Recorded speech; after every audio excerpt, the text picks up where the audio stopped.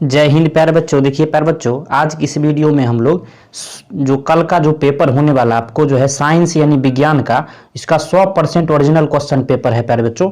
इसमें 100% original question paper है, सभी वायरल प्रश्न है प्यारे बच्चों।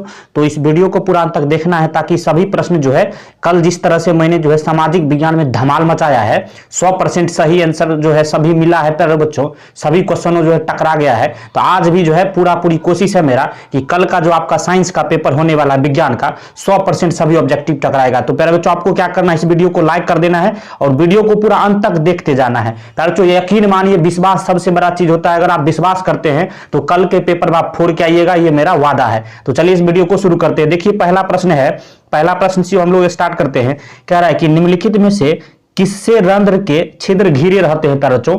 याद कर लीजिए, मोस्ट वीवीआई प्रश्न है प्यारे बच्चों, गार्ड कोशिका से, इसी को द्वार कोशिका बोला जाता है। ऑप्शन बी सही हो जाएगा, याद रखिएगा, ये छपेगा सभी प्रश्न। प्रश्न 2 कह रहा है कि कौन सी गैस श्वसन क्रिया में मुक्त होती है प्यारे बच्चों? कौन सी गैस श्वसन क्रिया में मुक्त होती है?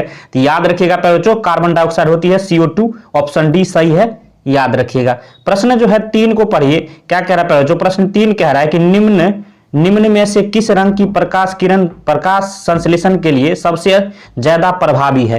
कौन रंग जो है सबसे ज्यादा प्रभावी है प्रकाश संश्लेषण के लिए प्यारे बच्चों? तो याद रखिएगा, ये काफी महत्वपूर्ण प्रश्न है। तो लाल रंग, ऑप्शन डी सही हो जाएगा, लाल रंग जो है सबसे ज्यादा प्रभावी होता है। ऑप्शन डी सही है, याद रखिएगा। धमाल मचाना है प्यारे बच्चों, एक भी प्रश्न नहीं छूटेगा, यकीन मानिए सभी वायरल प्रश्न है। ग्लूकोज के पूर्ण ऑक्सीकरण से क्या मुक्त होता है? तो याद रखिएगा प्यारे बच्चों, इनमें से सब जो है मुक्त होता है, सिर्फ ऊर्जा भी, H2O भी यानी जल भी, और CO2 भी, कार्बन डाइऑक्साइड, सभी जो है मुक्त होता है, यानी ऑप्शन डी यहां सही हो जाएगा, याद रखिएगा। प्रश्न 5 की ओर हम लोग चल रहे। प्रश्न 5 कह रहा है कोशिका झिल्ली पर किस प्रकार की झिल्ली होती है? कोशिका झिल्ली जो है किस प्रकार की झिल्ली होती है प्यारे बच्चों? याद रखिएगा, अर्धपारगम झिल्ली होती है। ऑप्शन सी सही हो जाएगा, याद रखिएगा।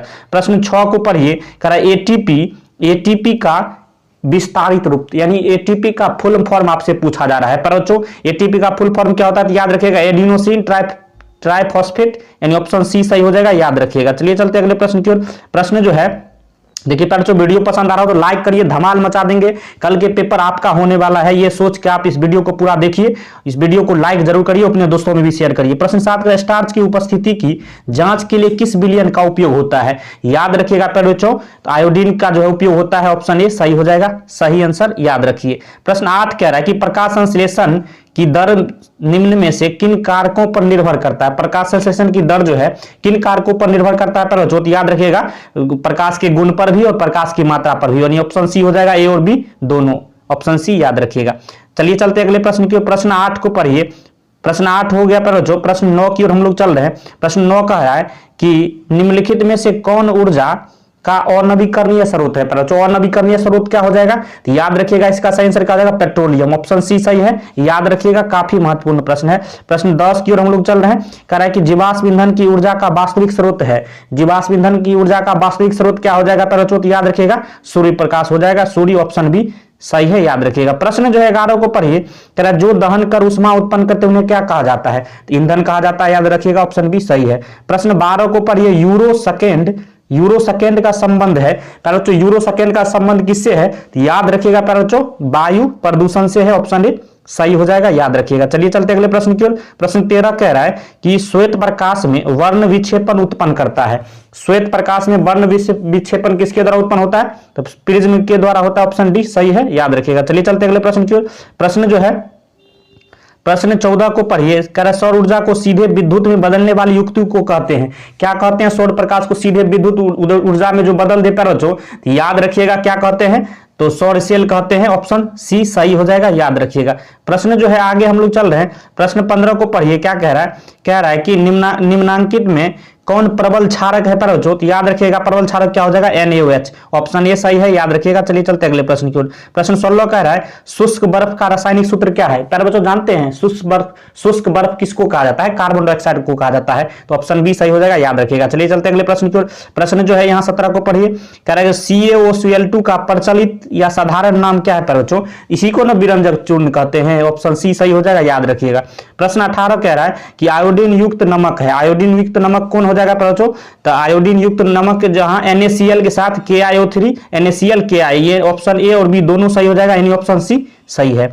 प्रश्न जो है 19 को पढ़िए, मिश्र धातु जिसमें 90% Cu तथा 10% जो है Sn है उसका नाम क्या है? तो कांसा है। ऑप्शन डी सही हो जाएगा, याद रखिएगा। प्रश्न आगे हम लोग चल रहे, प्रश्न 20 कह रहा है कि ऑक्सीजन गैस के एक अणु में 2 परमाणुओं के बीच कितने आबंध पाए जाते हैं? याद रखिएगा पहले तो, कितने आबंध पाए जाते हैं? तो 2 आबंध पाए जाते हैं। याद हो गया, ऑप्शन बी सही है, याद रखिएगा। चलिए चलते हैं अगले प्रश्न की ओर। प्रश्न 21 को पढ़िए, यशद पुष्प क्या है? यशद पुष्प क्या है तो याद रखिएगा, ZNO को पुष्प कहा जाता है। ऑप्शन ए सही हो जाएगा, याद रखिएगा। प्रश्न आगे हम लोग चल रहे, प्रश्न 22 की ओर। क्या कह रहा है? जो कह रहा उच्च बसीय अम्लों के सोडियम लवण कहलाते हैं। उच्च बसीय अम्लों के सोडियम लवण क्या कहलाते हैं? तो साबुन कहलाते हैं। ऑप्शन सी सही है, याद रखिएगा। चलिए चलते हैं अगले प्रश्न की ओर। प्रश्न 23 कह रहा है कि निम्नलिखित में से कार्बोनिल समूह का संकेत कौन है? कार्बोनिल समूह का संकेत कौन हो जाएगा बच्चों? तो CO जहां रहे वही होता है। ऑप्शन सी सही हो जाएगा, याद रखिएगा।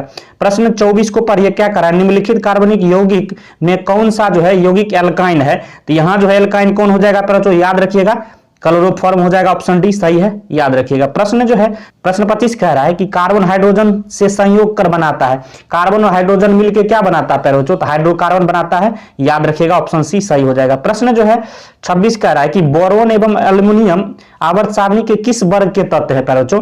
तो 13 के तत्व है। ऑप्शन सी सही हो जाएगा, याद रखिएगा। प्रश्न 27 की ओर हम लोग चल रहे हैं, कह रहा है मूत्र का पीला रंग किस वर्णन के कारण होता है? पर जो सभी प्रश्न वायरल है, सभी का आपको आंसर अगर आता है तो कमेंट बॉक्स और मन ही मन देते जाइए ताकि आपको जो है याद और आसानी से हो पाए। प्रश्न 27 सभी प्रश्न कल आपको पक्का दिखेगा पर बच्चों, याद रखिए। जिस तरह से सामाजिक विज्ञान में हमने धमाल मचाया था, साइंस यानी सोशल साइंस यानी कल के पेपर में भी धमाल मचाने वाले हैं। मूत्र का पीला रंग किस वर्ण के कारण होता है? यूरोक्रम के कारण होता है। ऑप्शन बी सही हो जाएगा, याद रखिएगा। प्रश्न 28 की ओर हम लोग चल रहे हैं, कह रहा है कि बाघ उपभोक्ता है। बाघ जो उपभोक्ता क्या है? तृतीय पोषी स्तर का है। ऑप्शन सी सही हो जाएगा, याद रखिएगा। प्रश्न 29 की ओर क्या चल रहे हैं, कह रहा है पित्तरस का श्राप होता है। पित्तरस का श्राप कहां से होता है? याद रखिएगा, यकृत द्वारा। ऑप्शन बी सही हो जाएगा। इसी में पूछा जाए पित्तरस कहां जमा होता है? पित्ताशय में। समझ में आ गया। प्रश्न 30 कह रहा है मनुष्य, बिल्ली तथा चमगादड़ के अग्रपाद है। ये सब क्या है? समजात अंग है। ऑप्शन ए सही हो जाएगा। प्रश्न 31 की ओर चल रहे हैं, निम्नांकित में से कौन जो है पुनरुद्भवन का उदाहरण है बच्चों? तो हाइड्रा यहां बिल्कुल सही आंसर हो जाएगा। ऑप्शन ए, याद रखिएगा। प्रश्न 32 कह रहा है किस जीव की जीनी संरचना कहलाती है? तो फिनोटाइप की जो है जीनी संरचना कहलाती है। ऑप्शन बी सही है। प्रश्न 33 की ओर चल रहे हैं, पोटेशियम की परमाणु संख्या 19 है, तो इसकी संयोजकता कितनी होगी प्यारे बच्चों? एक होगी कि किस तरह से? पोटेशियम का परमाणु संख्या 19 है, तो 2 8 8 8 8 10 2 8 8 16 2 18 1 बच गया, तो 22वीं कक्षा में 1 है, तो 1 यही जो है क्या हो जाएगा? संयोजकता। प्रश्न जो है आगे हम लोग चल रहे हैं, प्रश्न 34 कह रहा है एल्केन का समान सूत्र क्या है? तो CnH2n+2 है, याद रखिएगा। प्रश्न 35 कह रहा है कि फ्लोरीन की परमाणु संख्या कितनी है? तो 9 है। ऑप्शन ए सही है, याद रखिएगा। प्रश्न 36 कह रहा है कोई विलयन लाल लिटमस को नीला कर देता है, तो विलयन का pH मान क्या होना चाहिए? याद रखिएगा। पहले तो यहाँ क्या कह रहा है, यही प्रश्नों में जो बच्चे फंसते हैं, गलत करके आ जाते हैं। कह रहा है कि लाल लिटमस को नीला कर देता है, तो यहां जो है लाल लिटमस को नीला कौन करता है? तो क्षार करता है। क्षार का pH मान क्या होता है? तो 7 से अधिक होता है। ऑप्शन बी सही है, याद रखिएगा। प्रश्न आगे हम लोग चल रहे हैं, प्रश्न 37 कह रहा है ऑक्सीजन की परमाणु भार क्या है? ऑक्सीजन की परमाणु संख्या है 8 8 का दुगुना कर दीजिए, भार निकल जाएगा, यानी 16। ऑप्शन सी सही है, याद रखिएगा। प्रश्न 38 कह रहा है कि बॉक्साइट निम्नांकित में से किस धातु का अयस्क है? बॉक्साइट जो है किस धातु का अयस्क है? तो एल्युमिनियम का। ऑप्शन सी सही है, याद रखिएगा। प्रश्न जो आगे हम लोग चल रहे हैं, प्रश्न 39 कह रहा है कि धातुओं का क्रियाशीलता का सही क्रम क्या है? तो ऑप्शन बी यहां सही हो जाएगा, पहले Na हो जाएगा, Na के बाद Mg, Mg के बाद Cu, Cu के बाद Zn। ऑप्शन बी सही है, याद रखिएगा। प्रश्न 40 कह रहा है Fe2O3 + 2Al Al2O3 + Fe2Fe निम्नलिखित में से किस प्रकार की अभिक्रिया है? देखिए पहले तो इस कॉन्सेप्ट को समझ लीजिए। यहाँ ये तो है विस्थापन अभिक्रिया हो जाएगा, किस तरह से होगा समझिए। यहाँ देखिए Fe2O3 और Al है, दोनों मिलकर पहले क्या बनाता है? Al2O3, मतलब Al2 यहां से ऑक्सीजन ले लिया, Al2 बनाया और Fe को अलग कर दिया। जखई ने जो स्थापित मतलब एक जगह से अलग कर दिया, विस्थापित कर दिया, हटा दिया, तो वही विस्थापन अभिक्रिया हो जाएगा। ये दोनों मिलकर एक जगह मिल गया, Fe को करा भागो तुम, तो यही क्या हो गया? विस्थापन, मतलब भगा दिया, तो विस्थापित अभिक्रिया हो जाएगा, विस्थापन अभिक्रिया। याद रखिएगा, कॉन्सेप्ट समझ में आ गया? वीडियो को लाइक कर दीजिए। प्रश्न 41 कह रहा है कि किस दर्पण की फोकस दूरी चिन्हों प्रपाटी के अनुसार ऋणात्मक मानी जाती है? तो याद रखिएगा पहले तो अवतल दर्पण का जो है ऋणात्मक मानी जाती है। ऑप्शन बी सही हो जाएगा। प्रश्न 42 की ओर हम लोग चल रहे हैं, प्रश्न 42 कह रहा है अवतल दर्पण में जो है आवर्धित काल्पनिक प्रतिबिंब बनाने के लिए वस्तु को कहां रखा जाता है? याद रखिएगा पहले तो कहां रखा जाता है? तो फोकस और ध्रुव के बीच रखा जाता है। प्रश्न 43 की ओर हम लोग चल रहे हैं, कह रहा है प्रकाश के अपवर्तन के कितने नियम है बच्चों? तो याद रखिएगा दो नियम होते हैं, प्रकाश का अपवर्तन चाहे परावर्तन, दोनों के। प्रश्न 44 कह रहा है किसी माध्यम का अपवर्तनांक क्या होता है? माध्यम का अपवर्तनांक का फॉर्मूला क्या होता है? साइन आई बट्टे साइन आर। ऑप्शन ए सही हो जाएगा, याद रखिएगा। प्रश्न जो है 45 की ओर हम लोग चल रहे हैं, कह रहा है लेंस की क्षमता का ऐसा मात्रक क्या है? लेंस की क्षमता का ऐसा मात्रक क्या है? डायोप्टर है। ऑप्शन डी सही हो जाएगा, याद रखिएगा। प्रश्न 46 कह रहा है, देखिए बच्चों काफी वायरल प्रश्न है, सभी को जो है आपको लाइक इस वीडियो को जरूर करना है, काफी मेहनत लगता है बच्चों, और सभी को जो है आंसर आपको देते जाना है। अवतल लेंस में आवर्धन बराबर क्या फॉर्मूला होता है? तो v बट्टे u होता है। ऑप्शन सी सही हो जाएगा। प्रश्न जो है आगे हम लोग चल रहे हैं, प्रश्न 47 कह रहा है हीरे का अपवर्तनांक कितना होता है? तो 2.42 होता है, याद रखिएगा। प्रश्न 48 कह रहा है कि एक प्रिज्म कितने सतहों से घिरा होता है? तो 5 सतहों से घिरा होता है। प्रश्न आगे चलिए, प्रश्न 49 कह रहा है कि अभिक्रिया जिसमें आयनों का आदान प्रदान होता है क्या कहलाता है? तो द्विविस्थापन अभिक्रिया कहता है जिसमें आयनों का आदान प्रदान होता है। ऑप्शन बी सही हो जाएगा, याद रखिएगा। प्रश्न जो है 50 को पढ़िए, निम्नांकित में कौन संतुलित नहीं है बच्चों? यहां से आप देखिए तो यहाँ ऑप्शन डी सही हो जाएगा, ये संतुलित नहीं, बाकी सभी संतुलित है। प्रश्न 51 कह रहा है कि किसी भी उदासीन विलयन का पीएच मान होता है, उदासीन विलयन का पीएच मान कितना होता है? 7 होता है, आपको पता होगा। ऑप्शन सी सही हो जाएगा। प्रश्न 52 की ओर चल रहे हैं, कह रहा है कि निम्नांकित में से प्राकृतिक सूचक कौन है? तो हल्दी है, याद रखिएगा बच्चों। प्रश्न 53 कह रहा है धोबिया सोडा का रासायनिक सूत्र क्या है? इसी को धोबन सोडा भी बोला जाता है बच्चों, याद रखिएगा। Na2CO3 × 10H2 होता है। ऑप्शन सी सही हो जाएगा, याद रखिएगा। प्रश्न 54 की ओर चल रहे हैं, निम्नांकित में कौन जो है विजातीय यौगिक है? पहले तो याद रखिएगा प्लास्टर ऑफ पेरिस जो है विजातीय यौगिक है। प्रश्न 55 की ओर चल रहे हैं, कह रहे सबसे कठोर प्राकृतिक पदार्थ है, तो हीरा जो है सबसे कठोर प्राकृतिक पदार्थ है। प्रश्न 56 की ओर चल रहे हैं, क्या कह रहा है कि निम्नांकित में से कौन सा आयन लाल लिटमस पत्र को नीला कर देता है? गौर से पढ़िए, लाल को नीला करता है, तो ये क्या हो जाएगा? क्षार हो जाएगा। क्षार का मतलब OH-। ऑप्शन बी सही हो जाएगा, याद रखिएगा। समझ में आ रहा है बच्चों? वीडियो पसंद आ रहा है लाइक जरूर करिए और शेयर करिए अपने दोस्तों में। प्रश्न 57, निम्नलिखित में से किस लेंस को अपसारी लेंस कहते हैं बच्चों?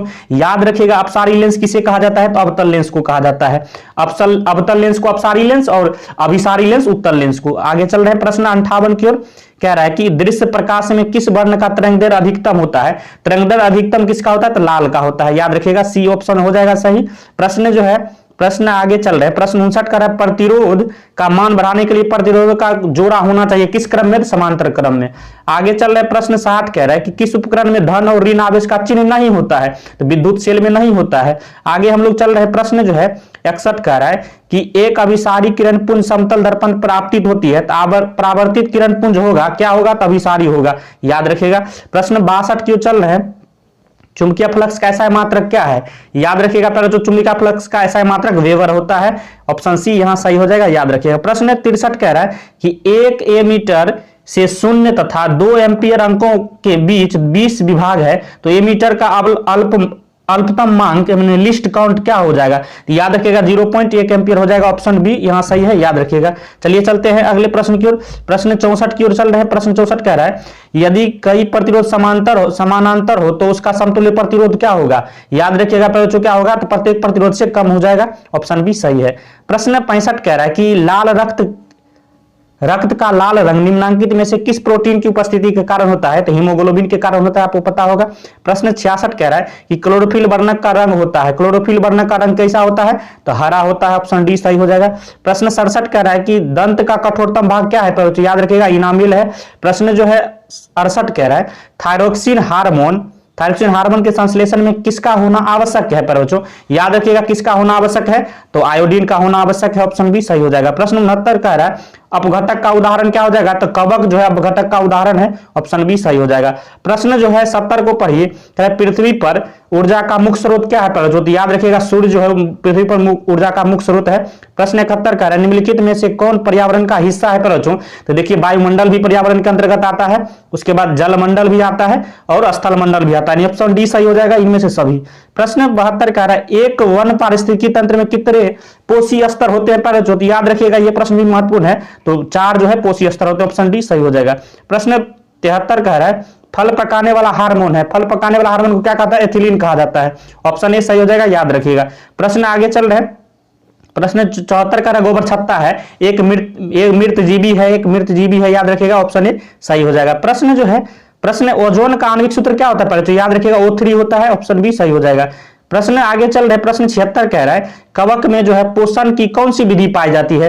कवक में पोषण की कौन सी विधि पाई जाती है? तो मृतजीवी पोषी मृतजीवी पोषण पाई जाती है, ऑप्शन सी सही हो जाएगा। प्रश्न 77 कह रहा है पारिस्थितिकी तंत्र में ऊर्जा का प्रवाह होता है, कैसा प्रवाह होता है, तो एक दिशीय होता है, याद रखिएगा ऑप्शन ए सही हो जाएगा। प्रश्न आगे हम लोग चल रहे हैं, प्रश्न जो है 78 कह रहा है बच्चों कि मानव हृदय में कितने कोष्ठ पाए जाते हैं, तो याद रखिएगा 4 कोष्ठ पाए जाते हैं। प्रश्न आगे चलिए, प्रश्न 79 कह रहा है कि विकासीय दृष्टिकोण से हमारी किससे अधिक समानता है, पर जो चिंपैंजी से हमारी अधिक समानता है, ऑप्शन ए सही हो जाएगा। प्रश्न 80 कह रहा है दूध से दही बनने में निम्नलिखित में से कौन सी अभिक्रिया होती है, तो याद रखिएगा किण्वन अभिक्रिया होती है। देखिए बच्चों सभी वायरल प्रश्नों को हमने जो है आज करा दिया है, यकीन मानिए अगर पूरा आप वीडियो देखे होइएगा तो एक भी प्रश्न आपको कल नहीं छूटने वाला है, 100% यही पेपर आएगा। बच्चों अगर वीडियो पसंद आए हो तो लाइक करिएगा, चैनल पर नए हैं सब्सक्राइब कर लीजिए, क्योंकि इस तरह का बेहतरीन वीडियो आपको हमेशा मिलता रहेगा। वीडियो देखने के लिए धन्यवाद, मिलते हैं नेक्स्ट वीडियो में, तब तक के लिए जय हिंद जय भारत।